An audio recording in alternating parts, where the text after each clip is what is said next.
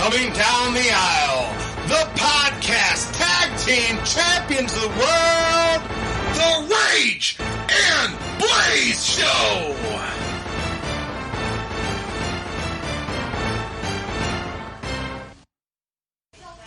Welcome everybody to another episode of the Rage and Blaze Show. I'm Rage.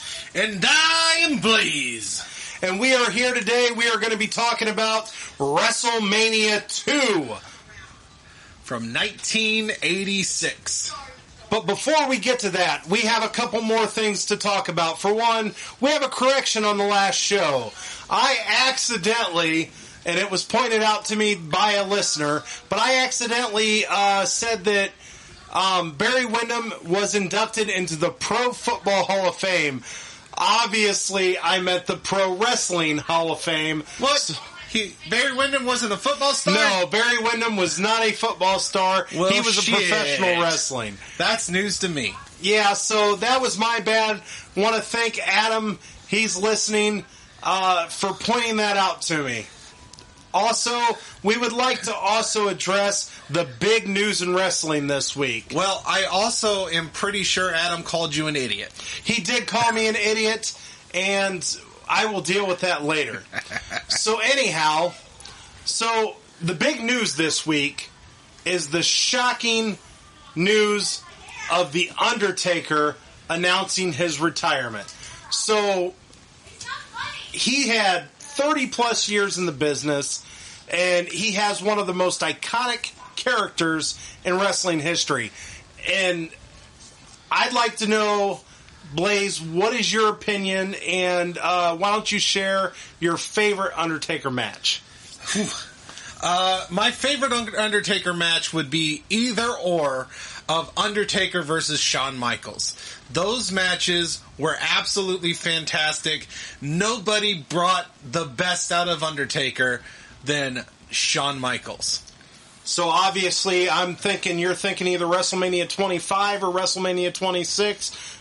Do you want to pick one, or do you think they're just equally as great? I'm going to go with the first one. I think the first one, they're equally as great, but first one's the first time. Yeah, the first time, probably. WrestleMania, Shawn Michaels, Undertaker. Fantastic matches, both of them. Fair enough. Well, I'm going to go a different route, although I do think the wrestling was phenomenal in those two matches. Phenomenal.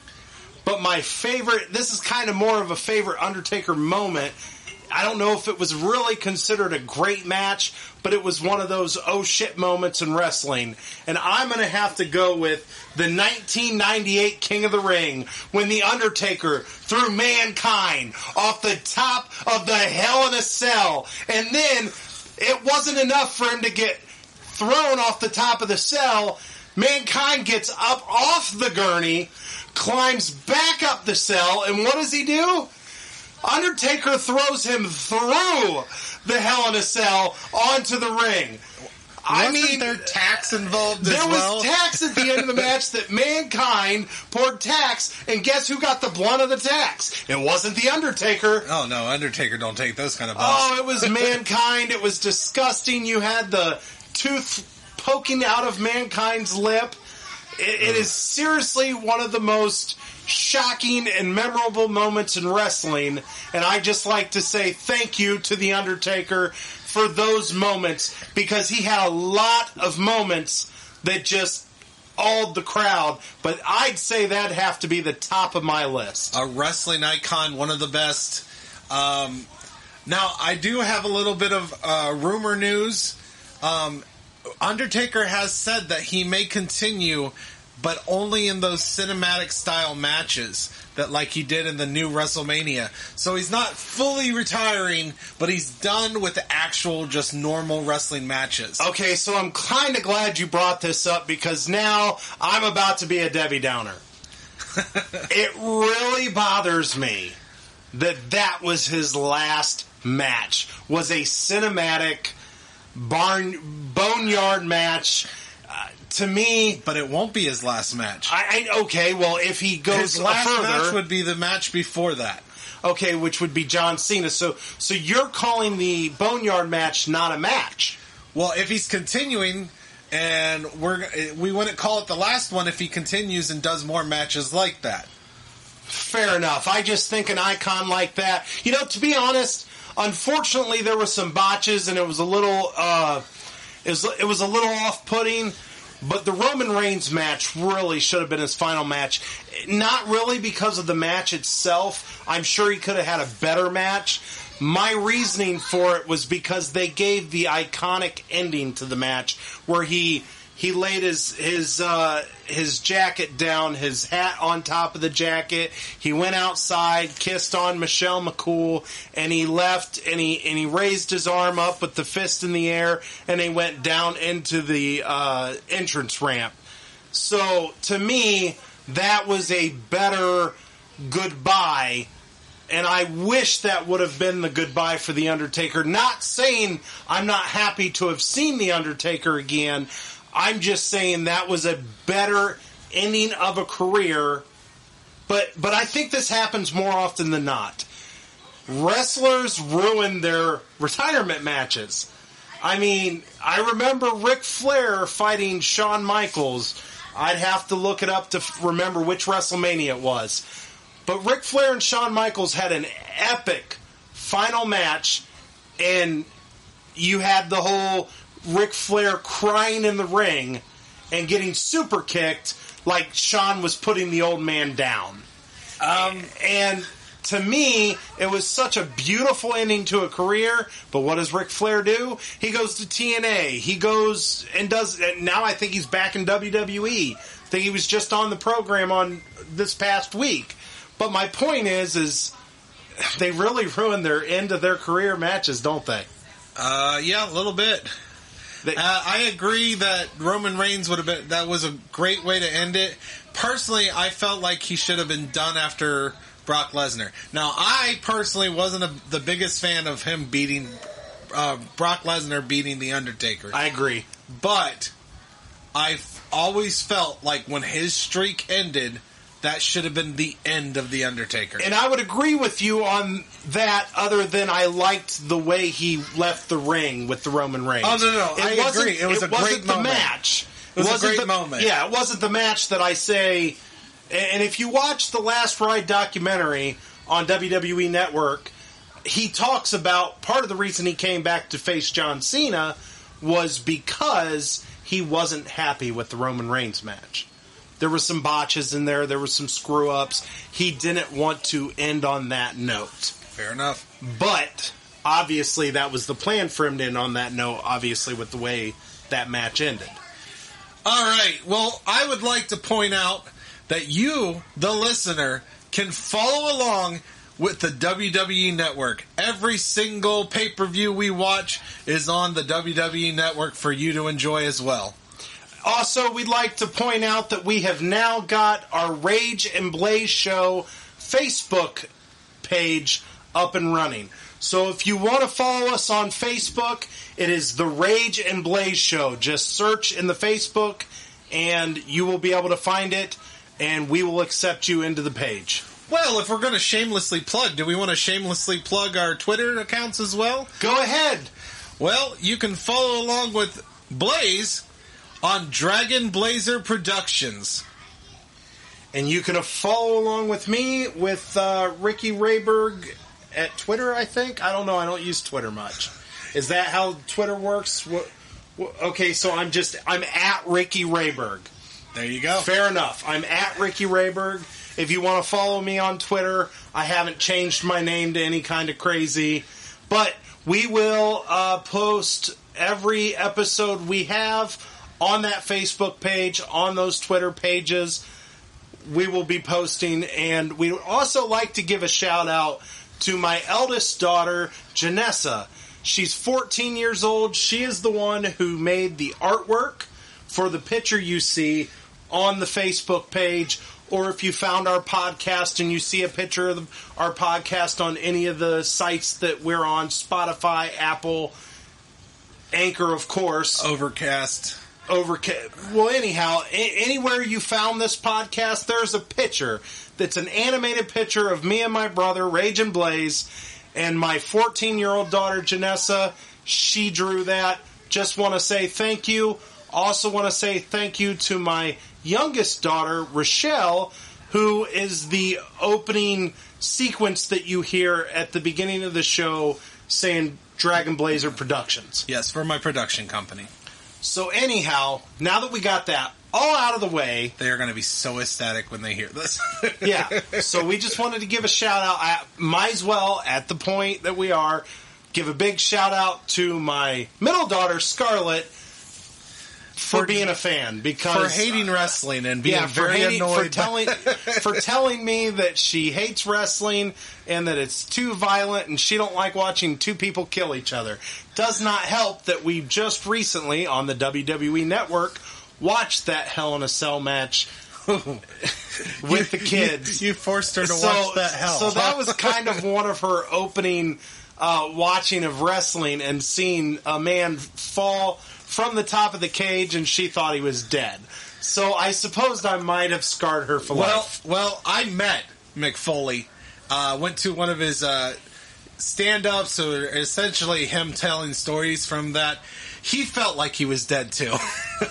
So she's not completely wrong. I think everybody thought he was dead. Now, I've read a little bit about that match, and it was actually planned for him to do that stunt. So, if anybody doesn't know, that stunt was pre-planned. Whoa. But wrestling... hold on now. Real. But, well, you want the realism of wrestling? Well, let me get you to the next part. When he fell through the top of the cage, that was not planned. Oh, he was just supposed to land on the cage and not through the cage, huh? Yeah, the cage gave out. And he gave us a very, very memorable moment. Ow. That was not supposed to happen. Poor Mick Foley. I feel so sad for Foley's mama. Foley's baby boy? Miss Foley's baby boy. Okay. And my mom loved Foley. Yes, our mom, well, she loved Dude Love. Well, yeah. Because she is a hippie, yeah. Amongst hippies. Uh-huh. Okay, so let's get to WrestleMania 2. It was broadcasted April 7th, 1986. Just to let you know, this is the first and only WrestleMania that was broadcasted in multiple cities. So each city had a set card, and each city had a main event in the city. Oh. Yes. So we had New York, LA, and Chicago. We have 3 different cities we're going to watch tonight at WrestleMania 2. It must not have worked out as they planned because they have never done it since. This is also the first, last, and only WrestleMania to be broadcasted on a Monday. Why? I don't know. I was 2 in 1986. I don't know why they did this. But it was broadcasted on a Monday. It's the only time a WrestleMania didn't broadcast on a Sunday until this year when the Quarantine Edition WrestleMania came out. It was a 2-parter. And it was a 2-part, and they had half of it on Saturday, but they still had it on a Sunday. But this is the only one ever on a Monday. Now, the first thing I noticed watching the intro, it sounds like porn music. It very does. It actually looks like they went a step backwards in the decade of music because... 70s porn music. Yeah, because this sounded like 70s porn as opposed to 80s music that we talked about. Yeah, that we talked about in WrestleMania 1. So the music is actually a little... a step back, it felt like. They wanted to go retro for the second one. Obviously. So then we also get, which we didn't get at all in WrestleMania 1, we got the opening was announced by Mr. McMahon. So then you get to hear him welcome everybody to WrestleMania. That is iconic video they show all the time that you would have assumed as a wrestling fan, would have been the opening of the very first WrestleMania, but it wasn't. No, this already looks like bigger production values, bigger, and they did a slight step up with the singing of America the Beautiful, by introducing Ray Charles. This is true. We get Ray Charles instead of a Mean Gene Okerlund. Let's just say Ray Charles, slightly better talent at singing. Very much. He definitely sang the hell out of it. And during his performance, there's clips. There's pictures of America the Beautiful. You have picture of, I believe I saw the Grand Canyon, and I believe I saw what's some iconic. I'm losing it here. What all did we see in that opening? We saw Martin Luther King Jr. Yes, and at the very end of this opening, you've got Hulk Hogan's picture with this digitalized fireworks. Yes.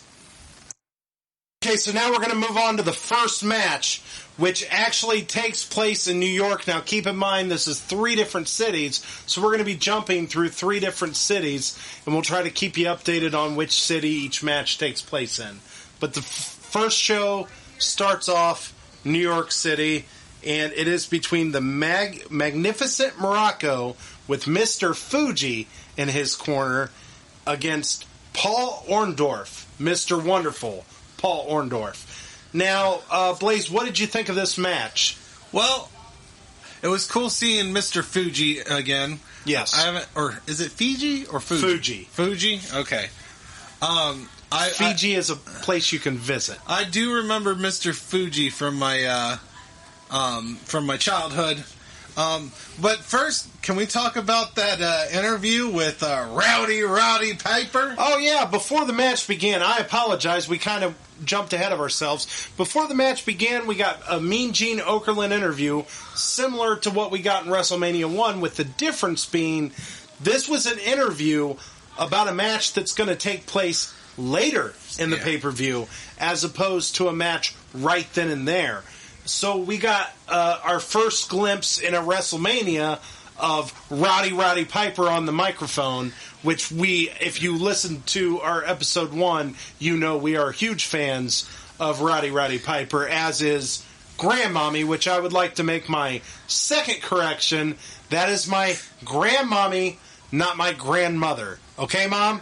Grandmommy, not grandmother. So I apologize. I did not mean no disrespect. I was just in the middle of a conversation and just explaining the situation about the ties we have to Rowdy Piper. Mom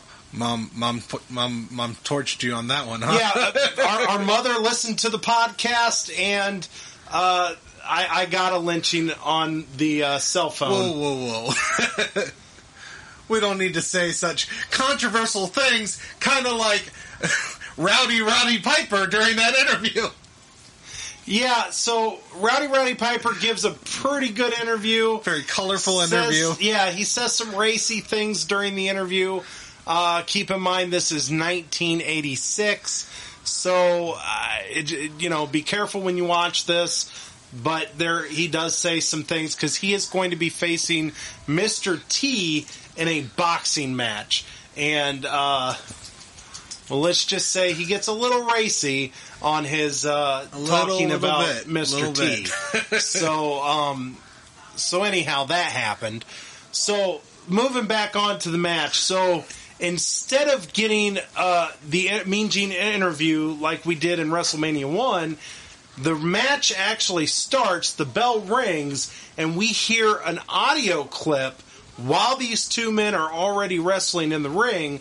We hear an audio clip of their interview they had with, I'm assuming, Mean Gene Okerlund, but I don't think you heard the interviewer. You just heard the voices of the wrestlers about what they're going to do in this match and talking.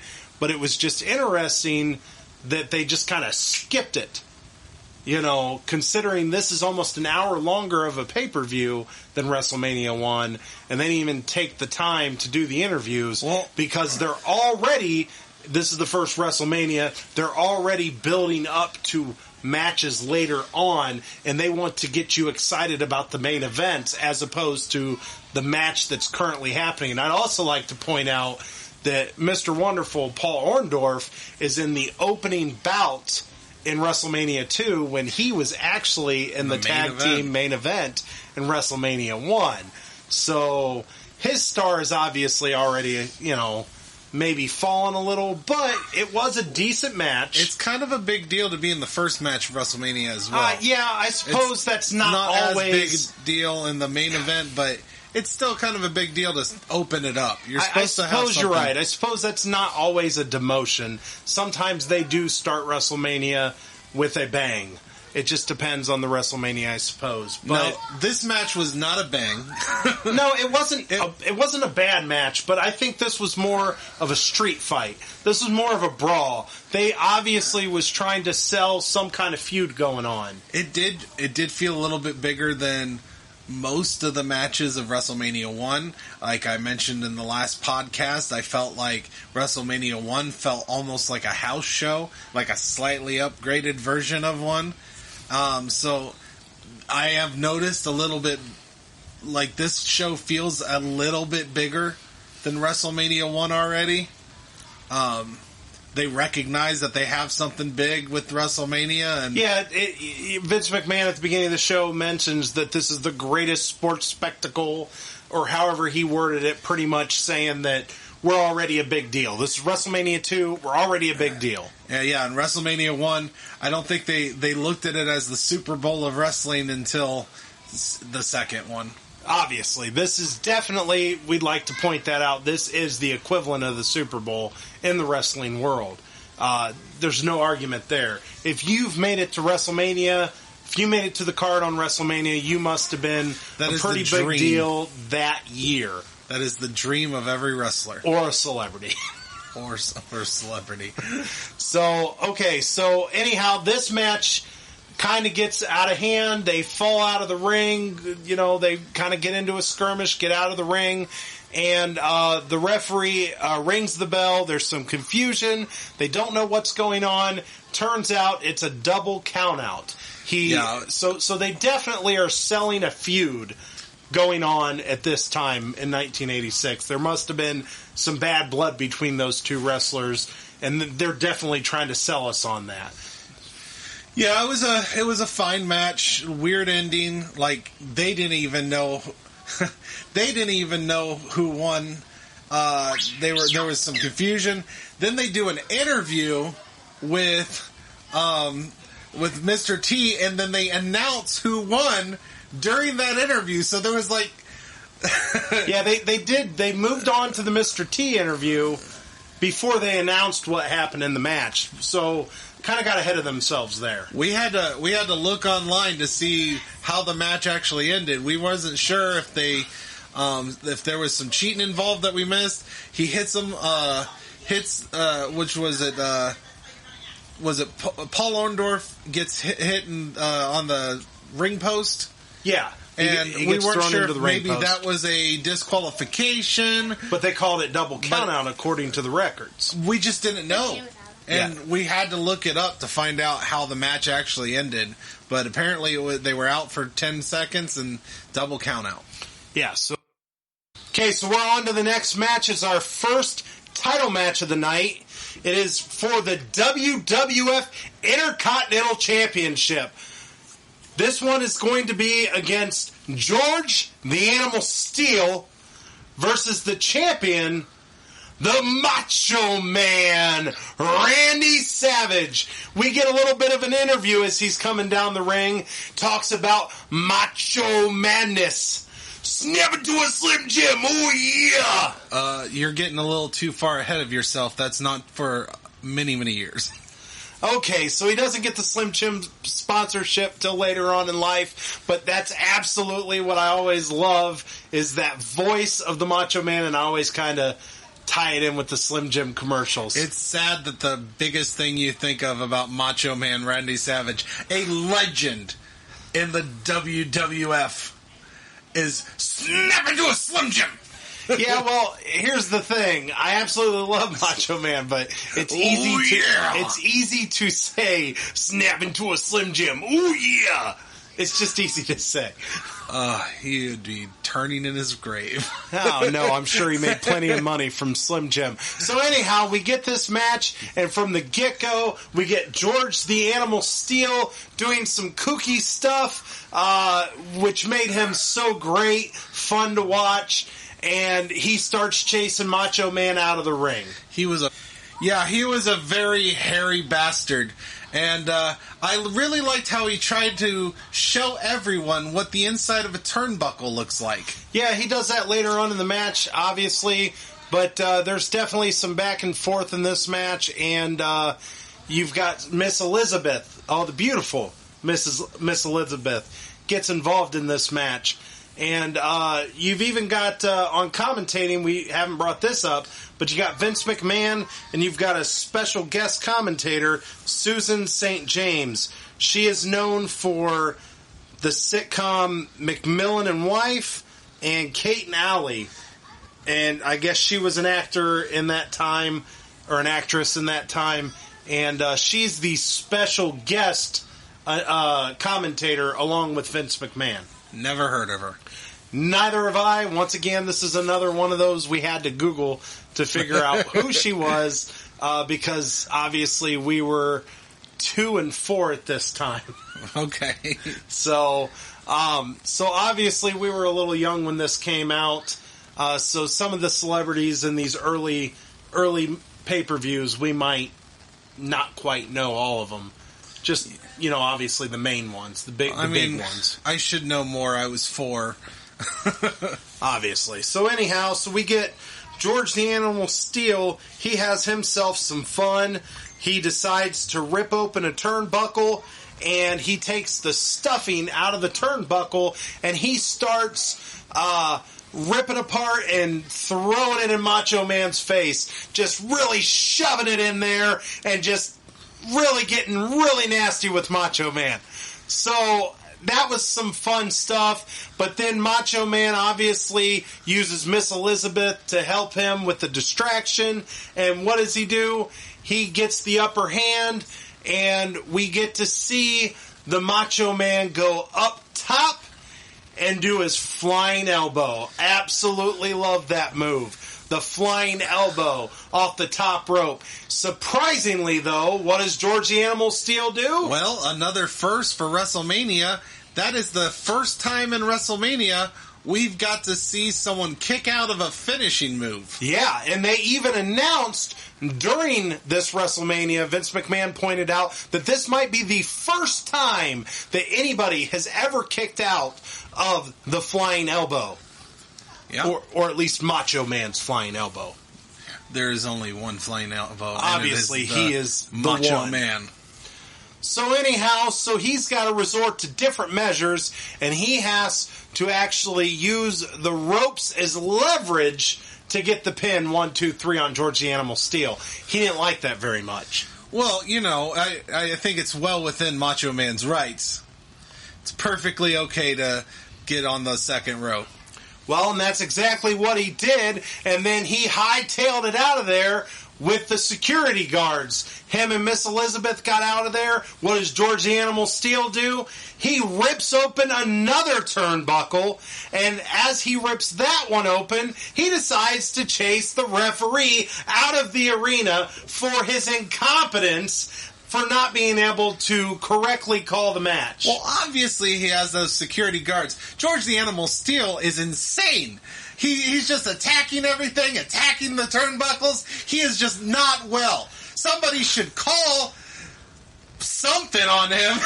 Animal control, maybe. Because that man was insane. And obviously we got to see it here at WrestleMania 2. He was so fun to watch. I was worried about Macho Man's life. Oh, yeah. Well, you know what? He got out of there. He had about 10 security guards helping him get out of there. So I think he was fine. Well, thank God for that.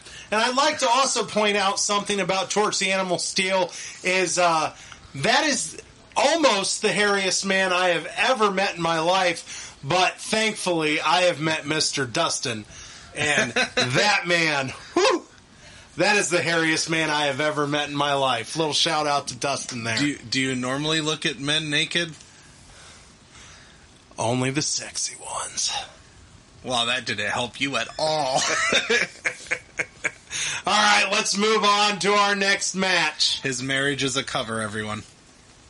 So before the next match begins, we get another Mean Gene Okerlund interview, and this time it is with Bill Frolic of the Atlanta Falcons and Big John Studd. They're going to have a WWF versus NFL Battle Royal later on in the night. So obviously there's a theme here of them promoting the future matches of this pay-per-view more importantly than the matches that are currently about ready to happen. Yeah, they were promoting the Roddy Piper match quite a bit, so pretty excited about that. Yeah, so this is something that they really do in future WrestleManias, and we obviously see it kind of begins here, where they want to hype you up for the main event matches coming up later in the show. Yeah. Okay, so here is our next match. We have George Wells versus Jake the Snake Roberts. Now, what'd you think of this match? I really enjoyed this match. It was great seeing Jake the Snake again. I've never heard of George Wells personally. Yeah, he's kind of fell off in history, hasn't he? Yeah, but Jake the Snake is now on AEW, so not wrestling, of course, but he's been managing and very interesting on AEW. I've watched a bit of it. Now, does he still have Damien? No. In fact, I don't think they call him Jake the Snake. I think he's just Jake Roberts. I haven't noticed the Snake at all, at least what I've seen. I haven't watched a lot of it, but he's been managing another wrestler. I'd have to look it up. I can't remember who it is. He's a big, tall guy. Okay, so moving on. Actually, this match actually was more George Wells, believe it or not, than Jake the Snake. He had most of the moves go in his favor until towards the end Jake gets the upper hand and, of course, hits his signature DDT. Oh, yeah. No one does that DDT better than Jake the Snake Roberts. Yeah, so, and winning the match isn't just enough for Jake the Snake. He has to pull Damien out of the bag, and he pretty much chokes George Wells with the giant the giant python Damien. Well, I just feel like George Wells should have just, relaxed a little bit. Jake was just trying to show off his snake. He's a really nice looking snake. So you're saying this was just a show and tell for him? Absolutely. George just made way too big of a deal about it. Right. If you're allowed to show off your dog or cat, what's wrong with showing off your snake? That is one beautiful snake. Of course he should be showing it off. And he likes flaunting it around to everybody, doesn't he? Absolutely. Okay, so that is the end of that match, and now we are about to move on to the main event for New York. All right. Okay, so before this next match, or I suppose boxing match, happens, they decide to show a clip from Saturday Night Main Event, kind of showing us the back history between the rival between Roddy Piper and Mr. T.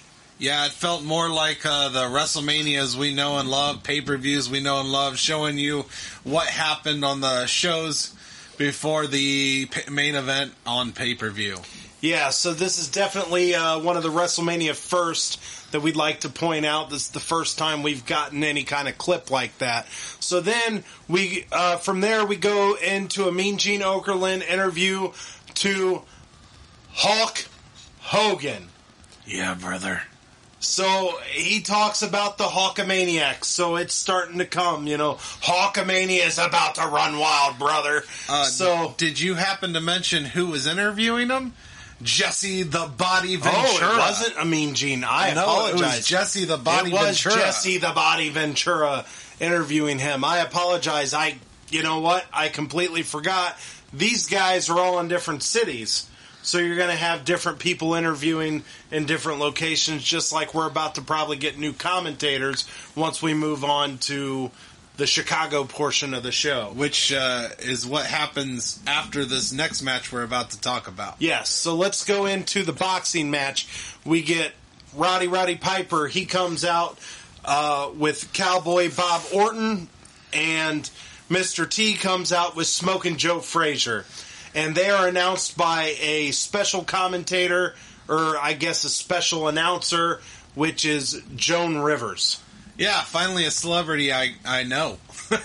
Yeah, so this is obviously a boxing match. So rounds 1 and 2 was definitely went to Piper. Yeah. He was definitely making the moves. Mr. T was on the defense for 2 rounds. He even knocked Mr. T down once. But the problem is Rowdy Piper is a heel, so Rowdy Piper had to do what heels do, and he was definitely pushing the buttons and doing some things that he probably shouldn't have been doing. Rage, if you're not cheating, you're not trying. Okay, Blaze. So, anyhow, we get some cream on his face to make it more slippery, some grease. We get Cowboy Bob Orton, I think in between the second and third round, literally throws a bucket of ice at Mr. T. I think Cowboy Bob Orton just noticed Mr. T was very hot. Really? It probably was an advantage. It was probably an advantage. He was helping him out. I don't know why you saw that as a danger or a problem. So then in between, or we get to round 3 and things definitely change. Mr. T starts really putting the hammer down on Rowdy Piper. He starts laying some blows and he knocks Piper out twice. One of them times literally out of the ring. Well, and then the end of the match where Piper pushes the referee down and then remembers that boxing is a stupid sport and decides to body slam Mr. T. And they disqualify him. This is wrestling. And they disqualify him for using a wrestling move. I think it's hypocrisy. Well, it was billed as a boxing match, so you're not supposed to do that. Boxing's dumb. So definitely round 4 was, they had an exchange of blows where each guy literally stood in the middle of the ring, letting each other punch themselves until Piper got frustrated, did what he did, body slam Mr. T, and then all pandemonium breaks loose, and the match gets awarded to Mr. T by disqualification. He did what a wrestler should do. So he went back to his instincts, and he did what he had to do. So that is the end of the New York portion of WrestleMania 2, and now we are going to be moving on to the Chicago portion. Okay, so now we're into the Chicago portion of the show, and at the beginning, they decide to announce a new special guest announcer for the Chicago portion. Her name is Kathy Lee Crosby. Once again, we had to Google her. Turns out she was the co-host of a television series called That's Incredible, and she played Wonder Woman in a made-for-TV movie before Linda Carter in her starring role as Wonder Woman in the TV show. Don't believe it. Well, believe it. It's true. So then we... Do what? Fake news. Fake news. Well, it's kind of cemented in history. So anyhow, so then we get the announcement that Gorilla Monsoon and Mean Gene Okerlund would be joining her as commentators. So we got 3 commentators for the Chicago portion of the show. So, moving on, the first match is between the Fabulous Moolah. She is the WWF Women's Champion, and I didn't hear them call it the Lady Championship this time. No. It was for the WWF Women's Championship, Fabulous Moolah, she takes on Velvet McIntyre. Never heard of Velvet McIntyre, and I checked it out. Fabulous Moolah was wrestling in 1986 at 63 years old. And she wasn't just wrestling, she was the champion. So what does that tell you about the women's division in 1986? Well, unlike in the 90s, they actually focused on wrestlers and not divas. Okay, so this match starts off pretty quick. Fabulous Moolah does some flips on Velvet, and she makes quick work of her. The match lasts all but a minute and a half. Yeah, it was. They actually were really into the match. Actually, like Fabulous Moolah, she was quick for a 60-some-year-old woman. I'll tell you what, she showed some fight at that age, and she whooped that girl's butt. And she had, I believe, my mom's haircut from back then. It looks like, it definitely looks like that haircut was in style in 1986. Wink, wink, mother. That hairstyle was in 1986. Love you, Mom. Also like to point out this was on a 62, 63, what you said, woman. Which means that it might not actually have been the right hairstyle for 1986. So it wasn't poofed out enough. No, wasn't poofed out enough. So anyhow, so that match was quick. So then we get another match. The next match is Corporal Kishner versus Nikolai Volkov with classy Freddie Blassie in his corner. Yeah, I've never heard of Corporal Kishner either. He comes out in like a kind of a camo outfit, carrying the American flag. It was definitely USA versus USSR. It was one of them type of matches that you're supposed to just cheer for the American. Yeah. And I was very disappointed by this match. He cheated! He used a foreign object! I was very upset! Actually, he could have been disqualified twice in this match. First time, he pushed the referee down, no disqualification, and then classy Freddie Blassie tries to toss in his cane, and Kishner intercepts it. Oh, no, he threw it to him. What are you talking about? No, I think it was intended for Nikolai Volkov. No. Whacks Nikolai over the head while the referee is down from Kishner pushing him down. Kishner's just a cheating loser. And he wins 1, 2, 3. So that's the representation of America we get in this match in 1986. Uh-huh. Cheating.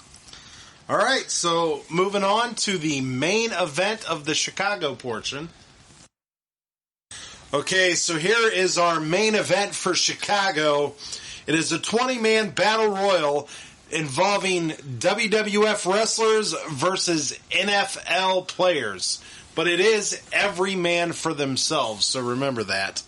So we get Mean Gene Okerlund takes the mic and announces all the combatants. And we're going to go through this. The NFL players included Jimbo Covert, Bill Frolic, Russ Francis, Ernie Holmes, Harvey Martin, William the Refrigerator Perry. The WWF stars included Andre the Giant, Ted Arcidi, Tony Atlas, the Hart Foundation, so Bret Hart and Jim the Anvil Neidhart. That was a big one.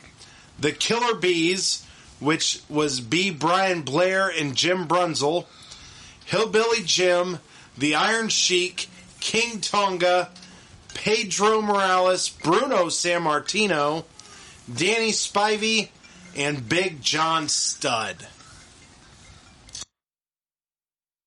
So what'd you think of this Battle Royal, Blaze? It was a lot of fun. I really enjoyed it. I did not realize that the Hart Foundation was around this early in WrestleMania history. So seeing Bret the Hitman Hart was a real treat. Absolutely. And you can tell the respect they gave him already early in his career because they were at the end with Andre the Giant, one of the main four. I don't even know who the third or fourth one was, but yeah, it was hard to keep up with these names. A lot of these NFL players are before our time, and I didn't hear not one name for the Oakland Raiders, Los Angeles Raiders, Vegas Raiders, or the Cincinnati Bengals. So it's kind of hard to keep track when they're not one of our teams. Well, I mean, we did get quite a bit of Dub Bears. Dub Bears, that's right. Dub Bears. So anyhow, this was a fun match. I think it was Tonga was the first one eliminated in this match. And as Blaze had said, the final 3 came down to the Hart Foundation and Andre the Giant. There was some fun little back and forth where the Hart Foundation was teaming up to try to beat up on Andre, but obviously Andre got the best and hit Jim the Anvil Neidhart out of the ring and then grabbed Bret the Hitman Hart, which probably before the Hitman Monkier. And no, they called him the Hitman. Did they call him the Hitman? They described him. They said it was Neidhart and Hitman. Okay, well, they threw him out, and he threw him into Jim the Anvil Neidhart. It was a really fun match. Probably one of the few times that a giant wins a Royal Rumble, or Battle Royal in this case. Because, nowadays, very rarely does your big man win a Royal Rumble. Yeah, they always get ganged up on and eventually taken out. There was another fun back and forth between the Refrigerator, William Perry. Oh, yeah, that was a fun... And Big John Studd. Big John Studd eliminates William Perry. William Perry reaches out to kind of congratulate him and give a handshake.